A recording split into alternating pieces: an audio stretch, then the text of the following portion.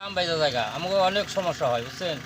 যদি দয়া করে এটা একটু করে মেরামত করে দেয় তাহলে আমাদের জন্য সুবিধা হয় গরিব মানুষের জন্য বুঝছেন। অসুবিধাও অনেক অসুবিধা। মানে আমরা যাতায়াত করতে পারতেছি না। বড় একটা গাড়ি আইলে আমরা যেতে পারতেছি না। নিয়ম বলা যাবে না যেহেতু এটা হচ্ছে রিসেন্টলি আমরা এটা মেরামত করেছি রাস্তাটা, সংস্কার করেছি। কিন্তু রিসেন্টলি যে আপনারা তো জানেন সারা বাংলাদেশে যে বন্যা পরিস্থিতি বা অতি বৃষ্টিপাতের কারণে বিভিন্ন রাস্তা ক্ষতিগ্রস্ত হয়েছে। সেই অংশবিশেষ হিসাবে আমি গতকাল জানতে পেরেছি এবং আমি দ্রুত ২ বার ভিজিট করেছি।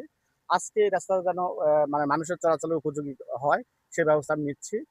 দীর্ঘদিন ধরে একটা কালভার্ট ছিল। কালভার্টের ওই পাশে যে বাড়ির যে লোকজন থাকে, এলাকাবাসী থাকে, কালভার্টের যে ওপেন যেটা পানি প্রবাহিত হয় সেটা বন্ধ রাখছিল। বিধায় পাশ দিয়ে পানিটা যাওয়ার কারণে আস্তে, আস্তে এটা একটা বড় আকারে ধারণ করছে। আমরা আজকের মধ্যে এটার মানুষের চলাচলের ব্যবস্থা করে দেবেন ছিল।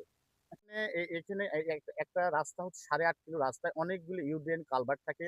সেখানে আমাদের লোক ওই কালভার্ট এর ভিতরে পানি প্রবাহিত হচ্ছে কিনা এটা দেখা খুবই কষ্টকর। এটা আপনারাও জানেন। আ এ সারা সারা উপজেলায় যদি এভাবে আমি হিসাব করি ধরেন ২,০০০ এর মতো কালভার্ট আছে। এগুলা আমরা দেখতেছি, চেষ্টা করতেছি। কিন্তু মানে আপনারা তুলে ধরলেন বিধায় আমরা কিন্তু আসতে পারলাম। আপনাদের সহযোগিতা আমাদের দরকার আছে, এলাকাবাসীর সহযোগিতা দরকার আছে। সবাই সহযোগিতা করলে ইনশাআল্লাহ আমরা অতি দ্রুতই এগুলো আমরা মেরামত করে চলাচলের উপযোগী করে দেব।